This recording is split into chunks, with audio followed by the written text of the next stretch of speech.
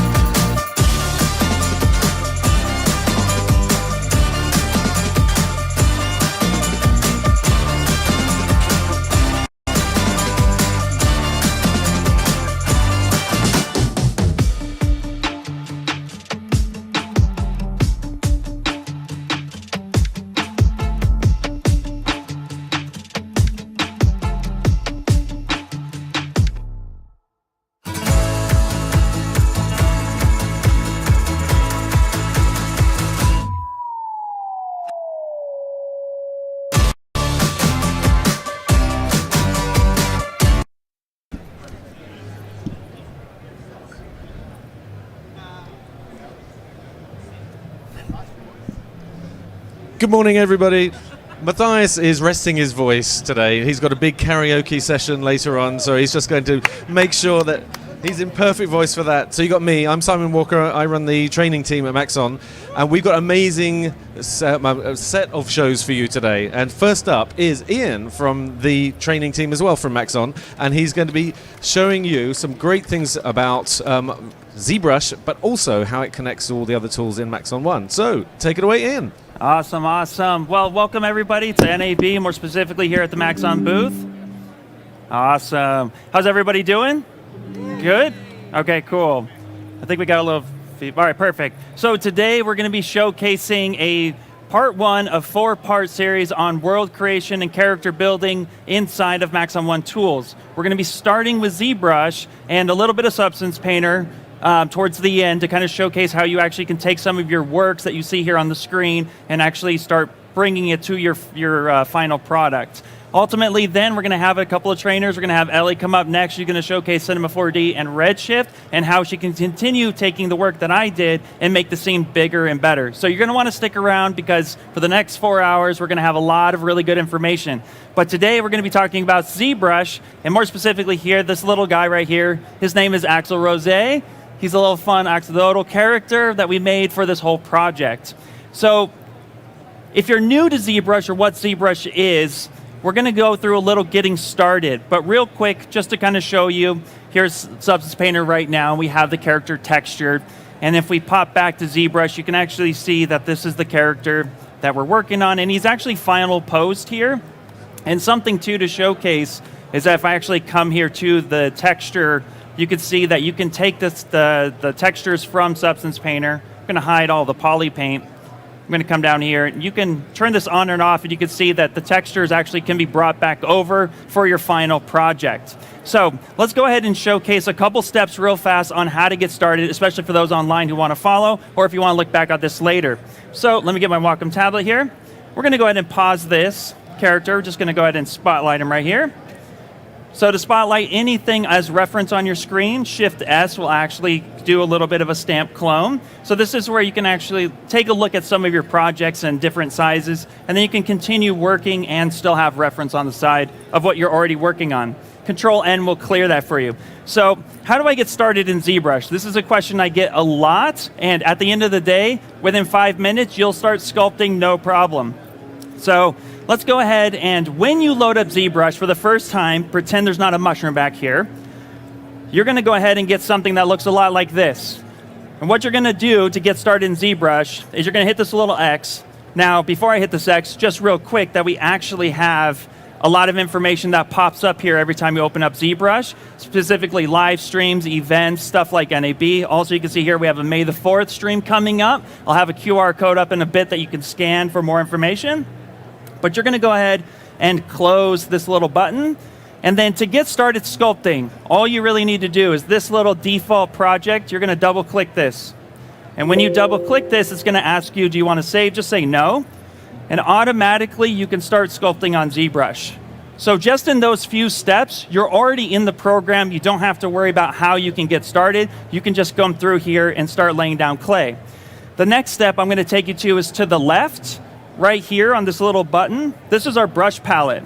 Now when I click this brush palette one time, you're going to see a ton of brushes, and this usually freaks everybody out. But do not worry, because this brush can actually be, this menu can be brought down just a little bit. For example, I'm a clay sculptor, I like to sculpt in clay, I want a clay brush.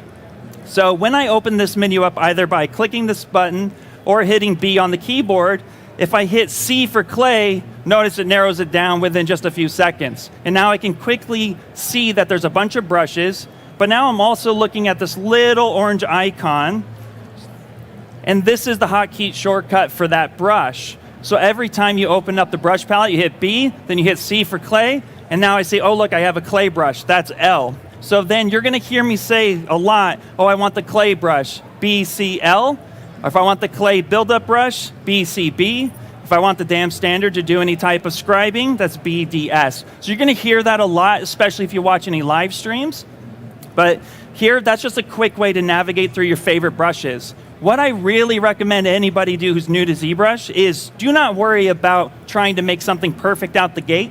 I know we're showcasing world building and character creation today, but I would love for people to just come in and just start playing and finding their favorite brushes. When you find your favorite brush, you can kind of make a mental note of what that does. Here's a VDM brush, which is a vector displacement map that allows you to come through and actually bring out shapes that are custom to ZBrush right away. So if I want some scales on the back of this guy, I can immediately just start getting some scale work. If I want a weird eyeball, I can pop in some eyes. If I want a horn for a nose, it's my world, my choice, right? I can go ahead and just start creating my character. So automatically, I'm starting to see something come to life. This is how you should really start opening and getting involved with ZBrush, because it's really just going to help you create freely and effectively. Now, going back to that clay buildup brush, if I hit BCB, now we have two main buttons on the keyboard that you really want to play with. You have the smooth, you have the shift button, and you have the alt button. We're going to start with the alt button first, because what happens is, if I start sculpting, you'll notice I have like a little bit of a positive, I'm adding clay. But what if I want to take clay away? If I press and hold alt on the keyboard, now I'm like cutting into it. So I can actually come through here and start cutting in maybe a little bit of a cavity. And right above at the very top, I have a couple sliders where I could take the draw size and make my brush size bigger, or I can make my brush size much smaller and get some finer details. So just in those few little steps, you're already creating in ZBrush, and from there, it's up to you to decide what world you want to create. Now let's create something fun and simple for everybody to follow along. So I'm going to introduce this timeline up here. This is our history timeline. It saves pretty much anything you do up until the time you close the file, or if you want to save, we'll get into that a little bit later, but you can save this information for future projects. Well, I'm going to go all the way back and just drag that back to the beginning as if none of that happened. Now let's go ahead and just sculpt a mushroom to get our feet wet a little bit. So I'm going to introduce the move brush, which is B for brush, M for move, and then I have a hotkey shortcut V, so BMV. And now I can go ahead and press and hold the S button or come back up and just bring up my draw size. And I can start moving clay around. Now, we have a lot of these menus that pop up from time to time. These are super important. What this is telling me is that I did 45 steps, and I went back in time and I started sculpting again. And it's like, hey, do you want to lose that history or not? And it's like, for me, yeah, this is a demo. We can lose it, but it's something to kind of keep in mind. So I'm going to go ahead and say OK. And when I press OK, boop, right there. Now it's going to let me continue, but that history bar went away. But we're not worried about that right now. We're just worried about sculpting.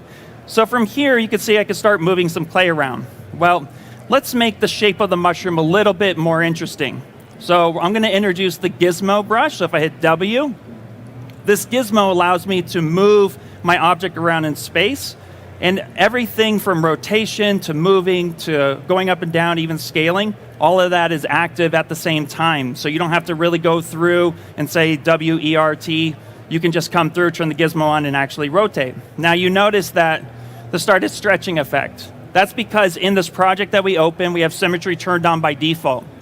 Symmetry is a great way as an artist to start sculpting with getting the symmetry right on, so one side's good on the other. You don't have to repeat yourself. You don't have to do asymmetrical sculpting. But let's say I do want to turn that off. Well, I can just hit X on the keyboard, and now that symmetry is off. And the reason why we'd want to do that is because I actually want to scale this and make this look a little bit more like a mushroom. So I'm going to go ahead and actually maybe stretch this up a little bit, flail this out just like that. Now I'm going to go ahead and press and hold Control and Shift together. And that's going to isolate a lot of these brushes here. And that's the next part, the Shift button. The Shift button, if you just press Shift, introduces a smooth brush, which allows me to smooth clay down. Now you can't really see that, so let's do this. And you can see now I can like smooth it, right? But with combination brushes like Control and Shift, I can isolate certain brushes to just select brushes. So now I can pick something like, let's say, the clip curve, and I'm going to press and hold Shift and Control and drag out a line. Now you might see that there's a shadow. The shadow side is the side that's going to vanish or disappear. When I let go of that, now that kind of pops that down. And really what the clip curve brush did was took all that geo and smushed it right up against it, giving me the shape that I wanted. But this doesn't quite look like a mushroom yet. So let's go ahead and introduce one other thing that's going to take us through the majority of this project, and that is manipulating symmetry with radial symmetry. So if I want to actually manipulate and get like a nice fun shape, I can use the move brush, going back to B for brush, M for move, and then the V. But I'm going to go ahead and come on up to the top here to our transform, and here's where my active symmetry lies. If I turn on active symmetry, now I have a few axes to work off of, and more specifically, I have this radial symmetry button. Now in ZBrush, the X-axis is from left to right, screen left, screen right. Y is up and down, and Z is Z depth. So here, I'm going to turn on Y so that I can work around this on that up and down scale. And then I'm going to go ahead and turn R. Now I got a lot of stuff happening because I forgot to turn X off. And now I go ahead and I have this. Now, let's go ahead real fast, send this back home. So with symmetry turned on now, I can start manipulating the shape and giving me just a nice little mushroom cap just like that. So really, really simple. I can do a light smooth, and now we're almost there. I can even come up in the side and kind of push this in a bit, give it a little bit of a shadow, press and hold Shift, and I can go ahead and smooth this down just a bit. Now, of course, here we're at NAB, so I am kind of going through this a little quickly, but this will be recorded so you can always go back and play with it a bit more. Now, I want to go ahead and make this look like the mushroom because it needs a stem. Now, here's something with ZBrush is that when people first get in ZBrush, they think, I have a sphere. Everything needs to be made from that sphere. And that's not true. We can actually bring in other objects, or what we call subtools, into the scene to make the scene a little bit more palatable and a little bit more controllable. So if I go to Subtool here on the right-hand side, you'll notice that this giant tool menu, we only need a few objects here. We don't need to worry about every single menu, because that's too daunting. We just want to get started. So I'm going to go ahead and say Insert, and now I have some primitive shapes that I can pick from. I'm going to go ahead and pick a cylinder, because that's much like a stem of a mushroom. And now I can go ahead, turn on the gizmo by hitting W, scale this down, maybe stretch it up a little bit, and now we're getting something that I kind of like. Now, going back to the radial symmetry that we just did with the mushroom cap, back up to transform, activate that symmetry, close down the x-axis, turn on the y-axis and that radial symmetry, and now I can come through, maybe squeeze this down, stretch this out, and get something a little bit more like what I would like to do. Now, at this point too, what I'm gonna really advocate is naming convention is pretty key when you're building your scenes, especially if you're working with clients and they want to know what you've done. So on the Subtools side, on the right-hand side, we have a couple options. We're just going to go ahead and say rename, and I'll go ahead and call this my stem. And then this top one, I'm going to go ahead and duplicate this one time. So I'm going to go ahead and duplicate that. And the reason for that is ZBrush on the subtool palette, when we save our projects, the actual first subtool is going to go ahead and take the naming convention of your file. The reason for this too that I think really benefits the scene is that when you're working in ZBrush, sometimes it's good to have like a backup base mesh, really lets you experiment. So for this one, I'm going to go ahead and leave this alone, but the second one, I'll call this my cap. And from here, let's just go over saving real fast. So we have our project. On the tool side, you notice I've just been clicking the far right side and just dragging. That's because we can utilize our mouse and just click and drag. I'm going to go ahead and just save as. This is going to go ahead and save tools. And we're just going to call this our mushroom. Boop. And you'll notice now that that first tool took that naming convention on. And so now we have this backup, but we also have the naming convention for us. And we're going to go ahead and start moving forward. Now we're going to want to go ahead and texture this too, because we don't want just a basic mushroom. So we're going to introduce a really cool, really interesting and really fun, super cool feature called Dynamesh. Now what Dynamesh does is this is the power of ZBrush. It lets us manipulate and control the shapes of our objects and rebuild our mesh very, very fast. For example, with this, if I pick something like the snake hook brush, so I go B for brush, S for snake, and then H for the snake hook, go ahead and say okay. What this is going to let me do now is that if I want to make a really cool change, I can go ahead and pull this out. Now notice I just shredded the mesh, right? This is not good geometry at all. But that's okay, because if I press and hold Control and drag off on the side, now what this did was it went ahead and it rebuilt my mesh as best as it can. So I can go ahead and smooth this area out and go ahead and rebuild.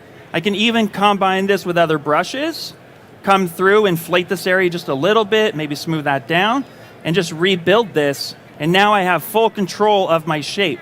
This is what ZBrush is really letting us do, is the ability to come through and just work effectively. Let's go ahead and skip that note. So we can actually come through here and make the shapes and changes that we want. And we're just working freely. Then this is something that we really wanted to provide to artists, because artists think on the fly. We're like, oh, I want this shape. No, now I want this shape. The ability to just come in and start making changes however you want, that's super important to every ZBrush artist, and we want to make sure that you have the whole pipeline and control in your hands. Now, I'm going to go ahead and back this up a little bit and say we have something like this. Yeah, let's back it up a little bit more, just a teeny bit, because I'm also indecisive. I'll have something like that. Now let's bring a little bit of texturing to it. So I'm going to go ahead and hit solo down here at the bottom. That's going to just let me look at one object at one time. And now I'm going to bump up the resolution just a tiny bit. So under the Dynamesh, I'm actually going to bring my slider, my resolution slider, up just a little bit. The lower the number, the lower the mesh quality. So if I bring this down to, let's say, 32, maybe even lower than that, let's say 8 for fun, that's super, super low. And this is just so you can get your blockouts. But the higher the number you go, the more dense your mesh is going to be. And the reason why we'd want some density is to actually add a little bit of some sort of texturing, some sort of like detail to this, so it looks a little cooler than just this flat surface. So again, I'm going to come through, just kind of smooth that down, kind of rebuild that a little bit. Now let's do some texturing. So I'm going to hit B for brush, S for standard, and then T for the standard brush. This is probably my favorite brush for doing any type of just random detail. And if you'll notice right here on the left-hand side, I've pointed you to this brush palette, but underneath it we have stroke, and then we have alphas. And this is what's going to be really cool, is we can start combining different ways of utilizing the same brush and provide different alphas, which will give us different results. So if I wanted to have like just little bulbous areas that are perfectly circle, I'm going to drag this drag rect stroke with this alpha that's pretty, let's go alpha 6. It's a nice kind of soft fall off. But if I go ahead and start dragging this out, you'll notice I'm starting to see a little bit of an alpha, but it's really low res. So we're going to bump up that intensity. And now we can see, we can start adding some of these little bulbous areas. And before you know it, we're actually getting something that's looking a little bit more like the mushroom cap that I want. I'm just going to drag on a couple of these, right about there. And again, what this brush is letting me do is when I start dragging, I can make it as big or as small as I want. And here it's affecting the geometry. And if I stretch that geometry too much, I can just rebuild, and now I have a little bit more detail. So if I turn solo back off, come back up to my subtool on the right-hand side. Let's go ahead and hide that one. Let's switch that because I detailed the wrong one. There we go. So now you can see here that we're actually getting something that looks pretty cool. Now, if you want to actually start moving into more detail, Dynamesh is a workflow that lets you block out very quickly, but I wouldn't recommend using it for high detail capture because in ZBrush, the vertices is going to hold all of that detail information. And right now, we're just relying on just simple quads that are just randomly thrown together to give us a little bit of a look. What ZBrush is really good at is subdivisions. Subdivisions is the key to working in high geometry levels and holding a lot of detail. And the way we can do that is we can actually use this feature called ZRemesher. So if I actually go ahead and right up here at the top where this timeline is, we're going to be utilizing this to use projection to take that back to the mesh. So I'm going to go ahead and say Control Tap right up here. That's going to give us a little white dot. What you really need to remember is that it's just there to store that information at its current point in time. So now I'm going to go through, and on the right-hand side, under the tool menu, I'm going to drag to Geometry. I'm going to close Dynamesh and open up ZRemesher. And now I can actually pick a few different target polys. Basically, I'm going to give you the secret sauce right out the gate to get really nice topology quickly in ZBrush. From here, this is our target polys, meaning we're working in thousands. How many thousands of quads do I want this stretched over? The lower the better when you're working with subdivision level 1, but we're going to want to project. So I would usually say start somewhere around 10, which you could type in any number that's highlighted like this. And then I'm going to say keep groups. Now, I haven't introduced polygroups yet, but if you're here yesterday, you might have seen sense where polygroups, if I go ahead and hold Shift and F, this is a polygroup. These are color selections that you can utilize to isolate and control your mesh the way you would like. But I'm going to go ahead and say keep this down to 0. And then I'm going to say adaptive size down to 0. What this is telling ZBrush is I want even quads across my mesh surface, but I still want it to adapt to the surface as is, meaning it's going to try its best to give me nice even topology everywhere. So when I go ahead and say ZRemesher, and just let this do its little magic, it's out kind of isolating everything, you're going to see that the geometry is going to change from this really nasty, kind of stretchy Dynamesh to this nice even quads. And here, if this isn't low enough, we can actually say there's a half, and I can say retry in 2023. If you're in a previous version, you could just hit ZRemesher one more time, and that's going to lower it down even more. And this is very workable now. We can see that the quads are nice and even, and that it's actually moving along the mesh as best as it can. And now I can bring up subdivisions. And subdivisions, I can either come up here under geometry and hit divide a couple times, or I can just hit Control D. And really where I want you to focus on is see how low this number was. If I step back a few times, you'll see that we were working at a Dynamesh density of 152,000 active polys, or quads. Here, that's really dense for such a low model. If I go back forward in time, you'll notice that we actually got it really low. We got it to about 3,000, so very workable for our low resolution. When I step up a couple times, now every time I subdivide by hitting Control D, it's going to multiply that mesh by 4. So I can step up a few times and get right around where I was before, where that detail was nice. And now, with that nice little white dot there, I can actually open up the subtool menu, and I can come down to project, and we have a feature called project history. So you can actually take the information that you had just a little bit ago and bring it back to your new meshed model. So if I go ahead and say project history, now a lot might not have seemed to change, but I'm going to step back before project history. I'll go ahead and stamp this right here. And now this is after. So I brought all of that detail from my Dynamesh model back into a subdivided workable model. And the reason why, again, you want to work with subdivisions is because now if I look at the wireframe, you'll get to see that all of these quads have just nice topology coming through, and they're really intersecting, so I can hold more information better at a lower resolution just by stepping up a little bit and getting some nice clean lines. So it's a really great workflow. Now, why is all of this important? I spent 20 minutes coming through and showing you all that workflow, is this is the process that you want to start utilizing when you're creating your characters, your environments, or your assets within ZBrush. So from here, I'm going to introduce our new character. His name is Axel Rose. He's a really fun guy. So I'm going to go ahead and bring up my project file real fast. So I'm going to go ahead and come up here. Where was he at? Let's go back one. Let's come through here. And while I'm loading this up, I'm going to just take a quick second to also introduce a QR code. This QR code is going to be really fun because we have this live stream coming up May the 4th. We're actually going to have a bunch of guest artists. We're going to have some giveaways. We're going to have some really just fun project talking about Star Wars.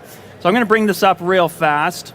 So if you have any interest in Star Wars or you would like to upload your own work, you absolutely can. So let me just bring this over here. And we'll just go ahead and hide this down here. So anybody who's interested in Star Wars, you're going to want to check that out May the 4th. All right, let's go ahead and turn that part off. So now this is the process we're going to go ahead and go through with this character. Everything we just did up until that point is what I utilized to build this scene right here. And this scene is super important because we're going to be going ahead and turning around and taking this into Cinema 4D and Substance Painter to texture. So to block out our character, let's take our sphere real quick right here. There you go. I'm going to go ahead and say make Polymesh 3D for this. So now we have our basic sphere.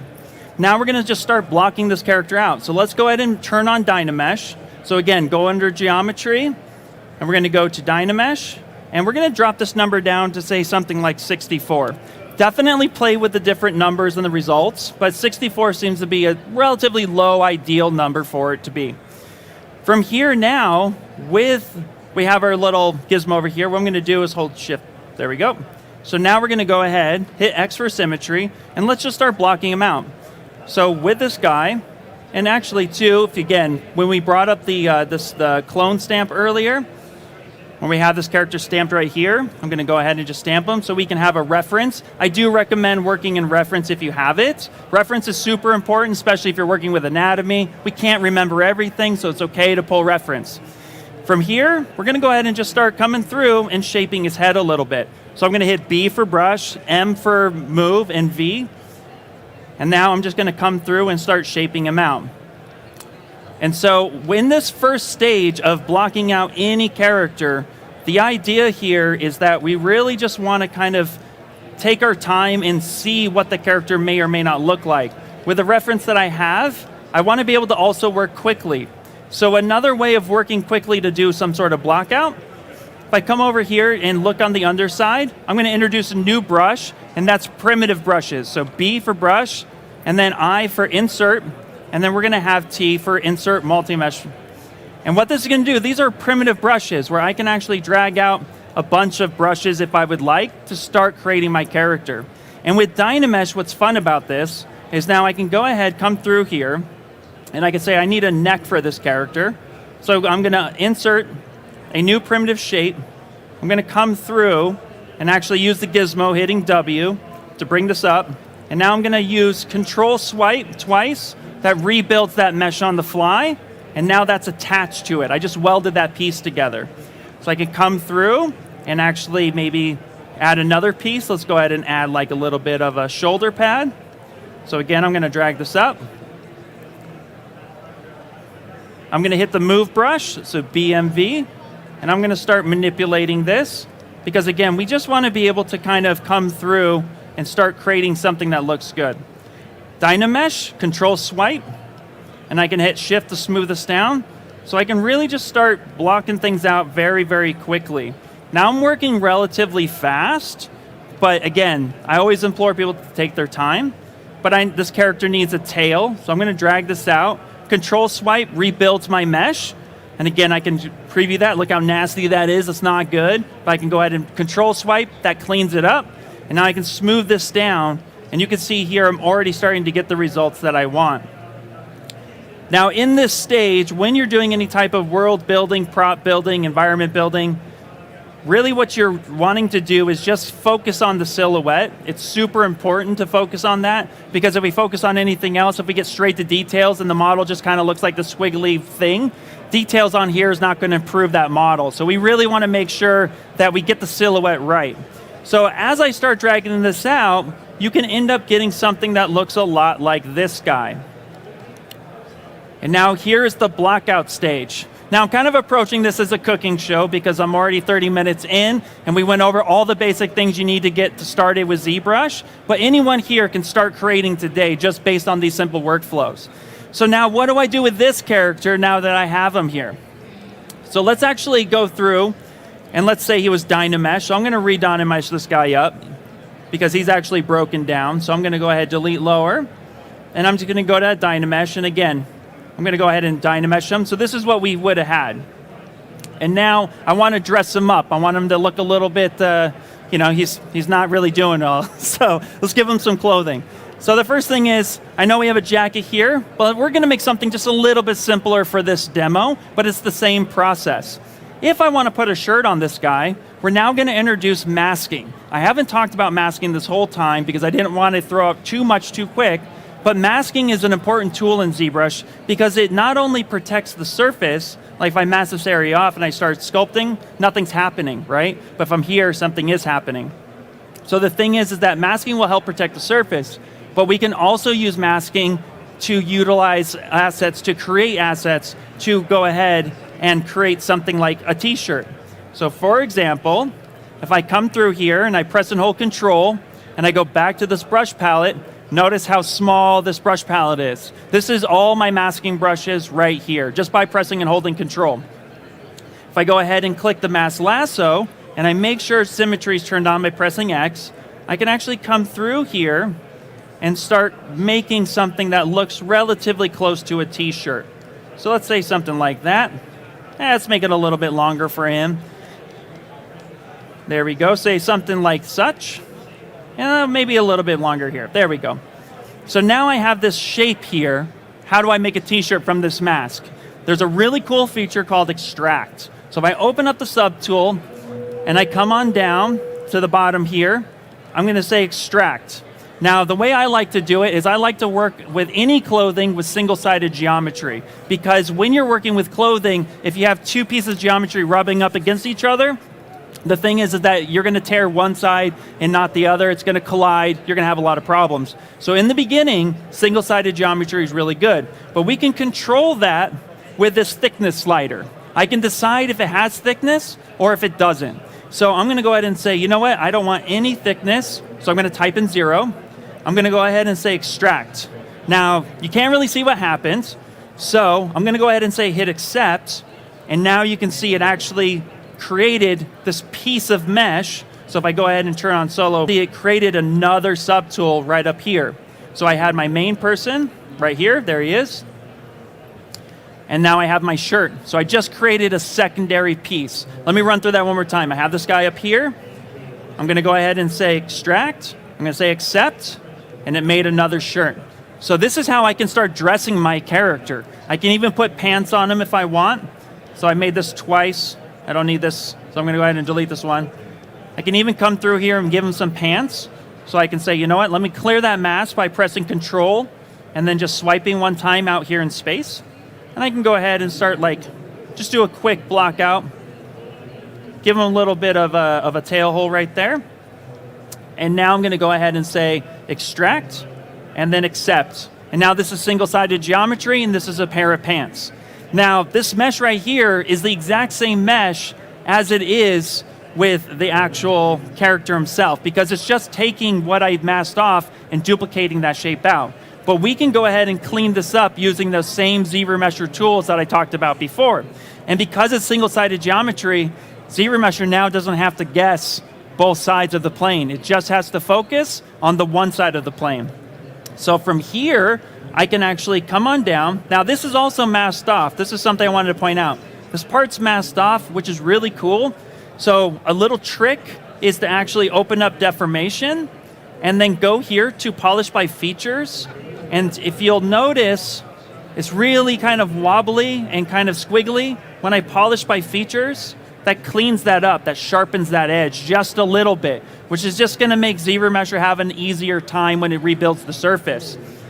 Now what I can do, I can clear that mask, control drag, open up geometry, ZRemesh, and we're going to do that same secret sauce. So I'm going to go ahead and say, let's do about 5 to 10. Yeah, let's do 10.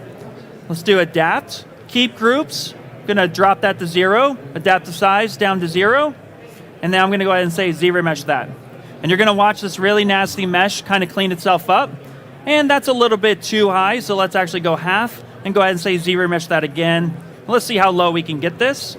And you can see here, it's actually really nice, clean, even topology across it. And now what I can do is I can come through here with my gizmo. I can actually turn off symmetry and put this right in the middle. And I can even scale this up just a little bit by pressing Control, dragging this up. And now I got pants.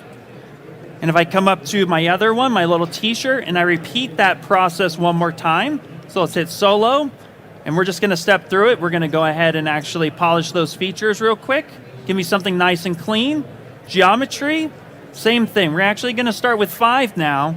And I'm going to say keep groups, keep that down to 0, adaptive size, and ZRemesh. And then I'm going to say, let's step it down just a little bit more. There you go. Nice, clean topology. And from here, again, same thing. We're just going to set this in the middle, hold Control, scale this up.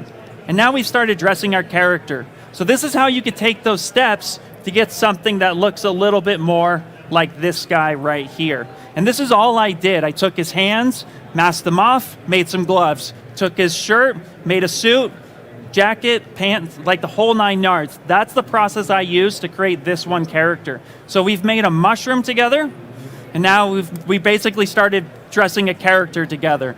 The world is pretty much yours when you're working in ZBrush. Whatever you can think of, you can create it within this platform just by following along with these simple tools. So now, how do we actually give them like some props? You notice I have like a belt on here, and I have a few other things.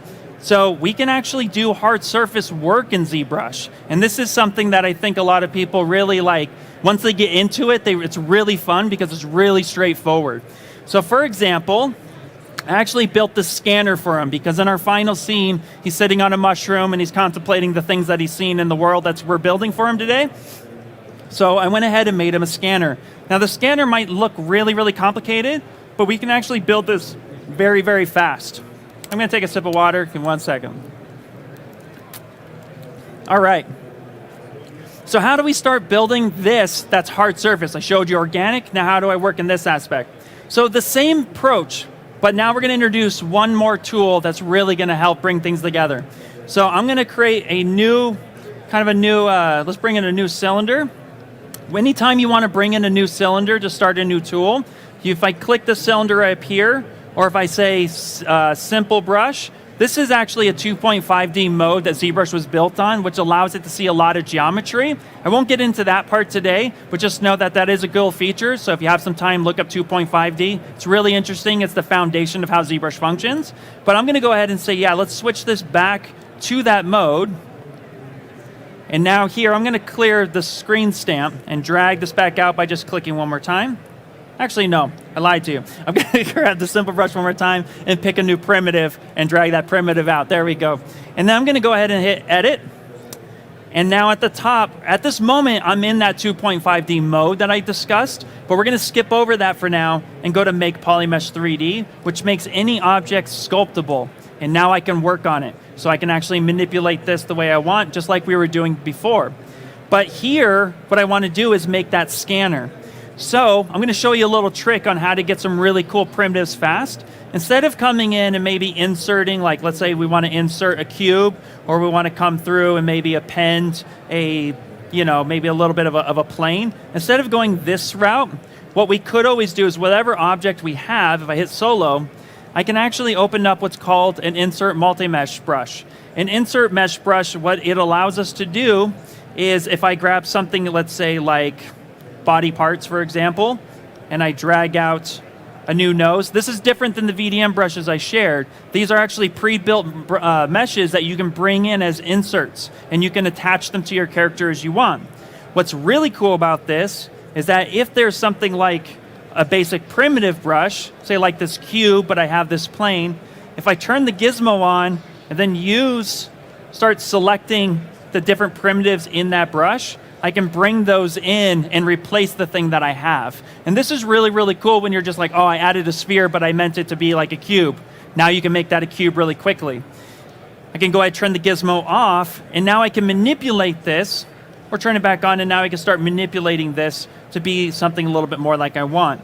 So again, because rotation, moving, manipulating, scaling is all active at the same time, with the gizmo, I can just start coming through and giving me some shapes. Now, this is super low res, and this looks nothing like the scanner that I showed you, but that's okay, because we're going to show some tricks on this. So if we come back here, and we're going to go ahead and just turn this guy around. Now what I'm going to do, instead of subdividing, which is going to smooth this down a lot, I don't want to do that, I'm going to introduce a brush called the ZModeler brush. So if I hit B for brush, Z for ZModeler, and then M, it's down here at the bottom, what this is this is our hard surface tool to start constructing and adding and manipulating the shapes that we're working with. So if I hover over a face, a edge, or a point, and I press and hold the space bar, I will get new menus based on what I'm hovering on. This is going to allow me to manipulate my mesh exactly how I want. Now, if you're looking at this and you're like, Ian, come on, that looks really daunting. What is happening? Right now, look at this as a hierarchy system. At the top, this is number one. This is the polygon action, the thing that we are doing.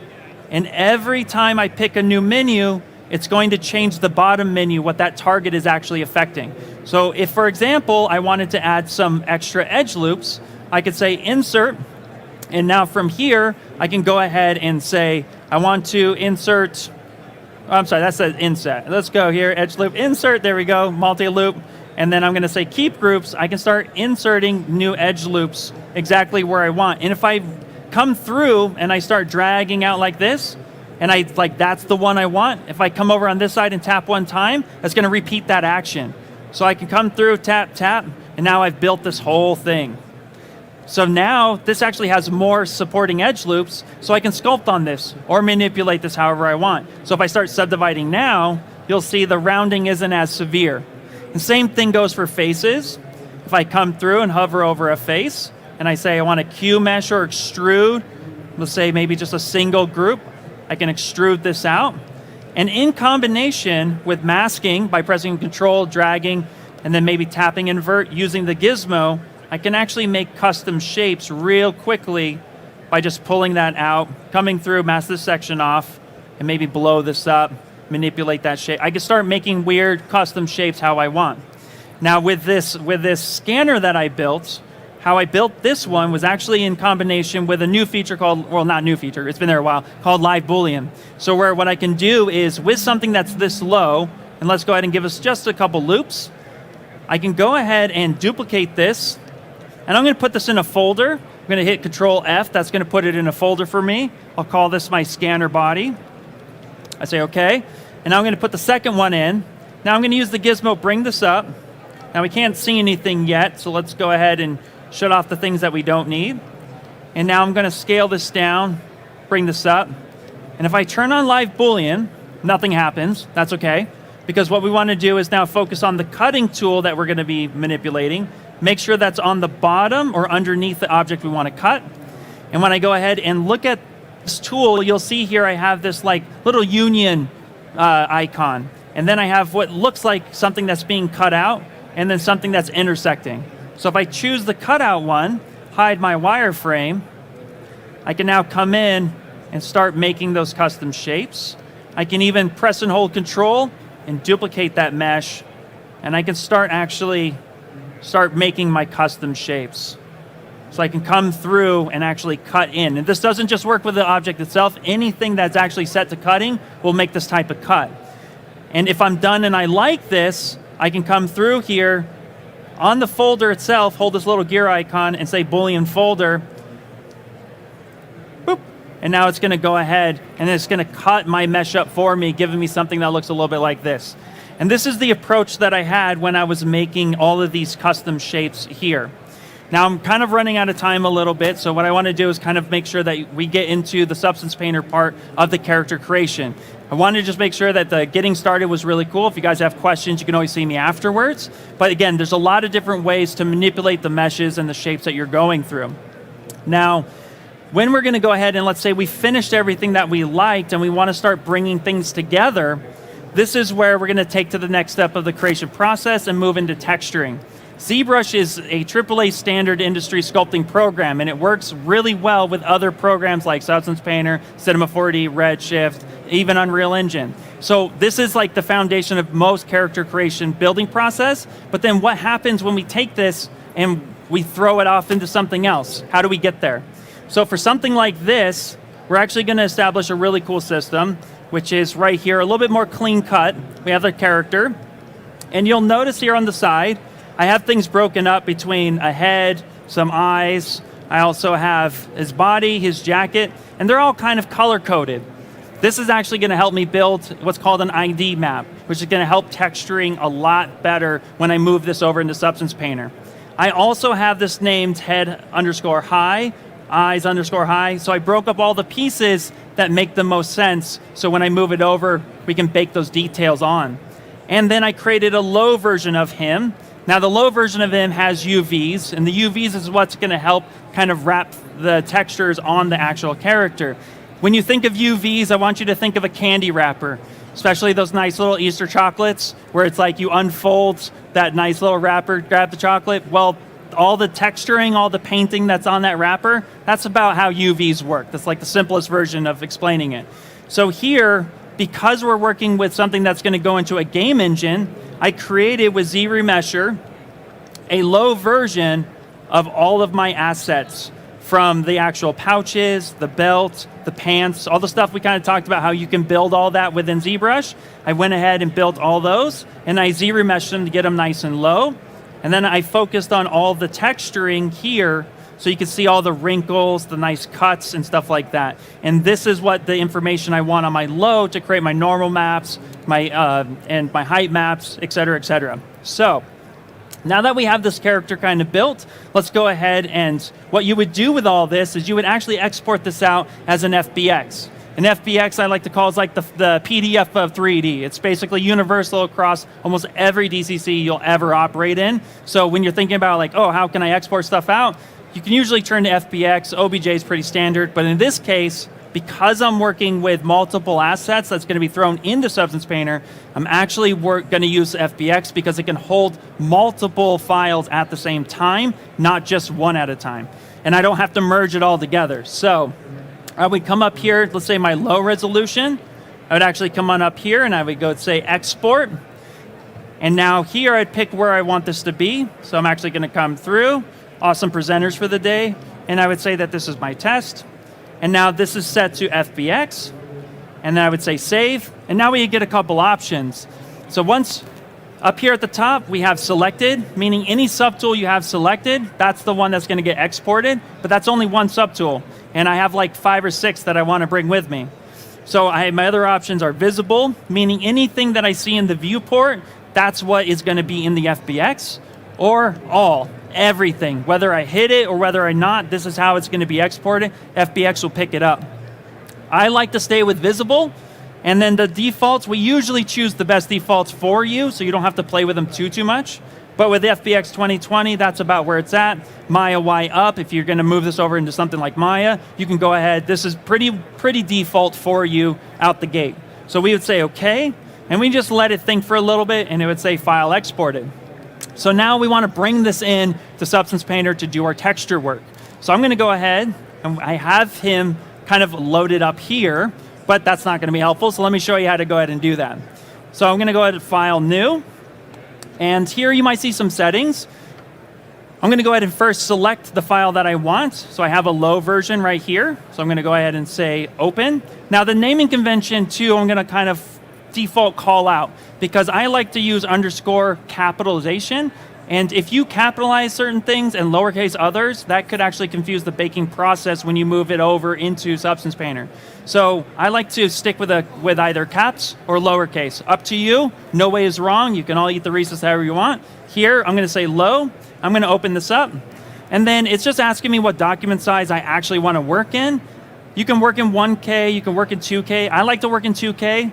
It's usually a nice one to get all the textures looking pretty close. You can always step up and bake out at 4K or 8K. And then OpenGL is pretty default. The rest of this, I'm not going to bore you with that. We'll just go ahead and say OK. And no changes to be made on this. So now here's our character that we moved in from ZBrush. And now we want to go ahead and texture him. Now real quick, before I go too far, I do want to say that when you texture anything that's T-posed like this, or A-posed, that's because he's going to be animated. But once he starts moving, once we get the textures on him, it doesn't matter once he starts moving, as long as you don't break the mesh or break the UV, the texture will work, even if he's like has his hands up or has his arms on the side. But it's easier to work with him in symmetry mode. And now from here, I'm going to go ahead and I'm going to focus on this little croissant right here. This is our baking, and I love that it's a nice little piece of food. That's how I can remember it. And then I'm going to go ahead and just do a couple steps. Now remember in ZBrush I had them colored blue, green, yellow, red, orange, random colors.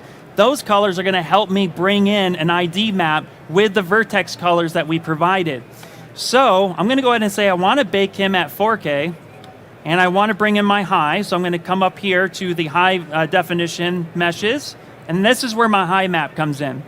Your high mesh, as long as it's identical in its shape and size, doesn't have to have UVs when you bake it. The low model has to have the UVs in order for this to work.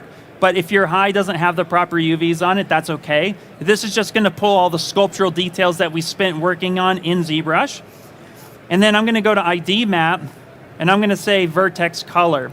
Because ZBrush works with polypaint, it's all vertex coloring. This is a new way to start creating a map. Now you'll notice that it kind of created a little bit of a cage. And I have a bunch of maps here on the side, but I'm just going to select, I only need a normal map, ID map, maybe ambient occlusion, maybe curvature, position, no worries, thickness for subsurface scatter. And now I'm going to go ahead and say, let's go ahead and let's get a couple more rays here. I like to bake this at 100 for ambient occlusion, just some random settings, but that vertex color, that's the key for the ID map. Now if we come back to common settings, you'll see here that I'm actually getting a cage that is wrapping around my character. This frontal distance is actually telling me that this is the distance I want those sculptural details to be baked onto the low model. And if it breaks, so if I look at this and I push this down and you start seeing red, this is where we're going to see a little bit of errors. This is Substance saying, no, don't do this. So we're going to actually push this up a little bit until we don't see red.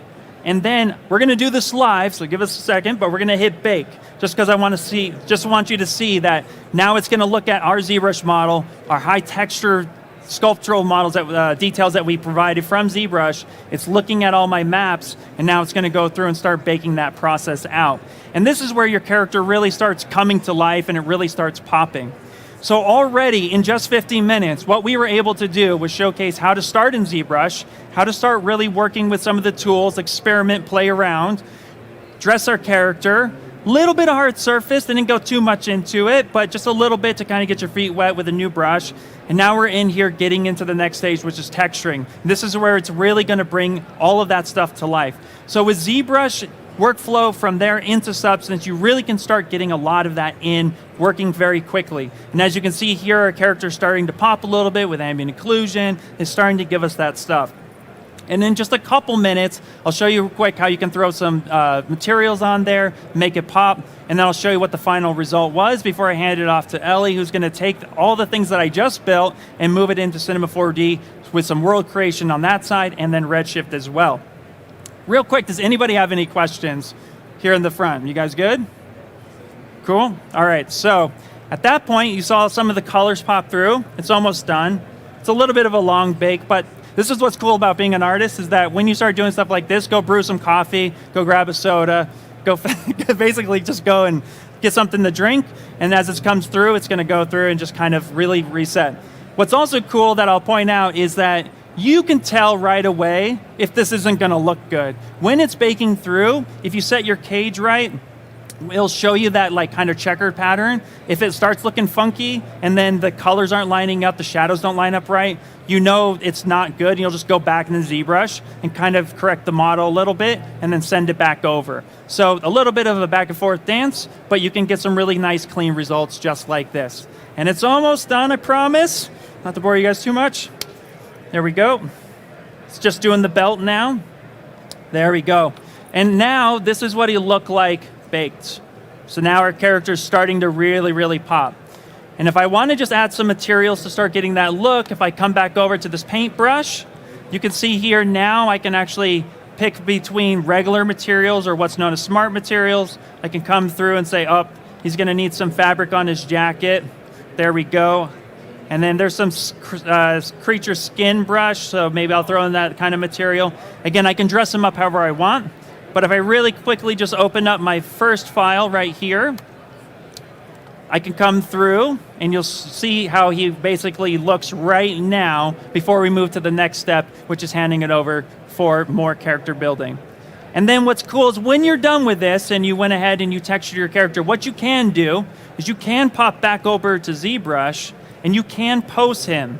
And so for example, if we wanted to pose him, how we can do this is because this is the low version, I'm going to show you a quick plugin real fast, which is called Z plugin, and it's called Transpose Master. And I have T-Pose Mesh. If I click this T-Pose Mesh, it basically merges all of my subtools into one subtool. And now what I can do with everything we talked about from masking and the gizmo is I can actually come through, mask this selection. I can press and hold Control and tap one time. And I can actually move this gizmo off over here in space. And now I can come through and start posing him. I can even soften my mask by pressing, holding Control and tap a couple times. And I can move his arm. I can come through and actually maybe move his tail a little bit. So just some like kind of simple examples. Kind of move this down here. And we can move him just off over in this direction. I can even use brushes. I don't have to just use the gizmo. I can actually bend this here. But again, I just want to make sure that when I'm coming through that I'm not really breaking him too much. I can even isolate, because we have polygroups. Mentioned polygroups earlier, it's different colors. With the polygroups on by pressing Shift F, if I press Shift and Control and tap, I can isolate just that one, mask it off, come through here, maybe just isolate just a couple pieces, and then I can start moving or scaling. I want to be careful with the scale. Okay, so from there, you can get something that looks a lot like this. So anyway, thank you guys very much. My name is Ian Robinson. That was ZBrush, the Substance Painter. Next up is Ellie Wade. She's going to cover Redshift Cinema 4D, and it's a continuation of this project. So you're going to see how this project evolves in the next step. So again, thank you guys very much. Good job. Thank you, thank you.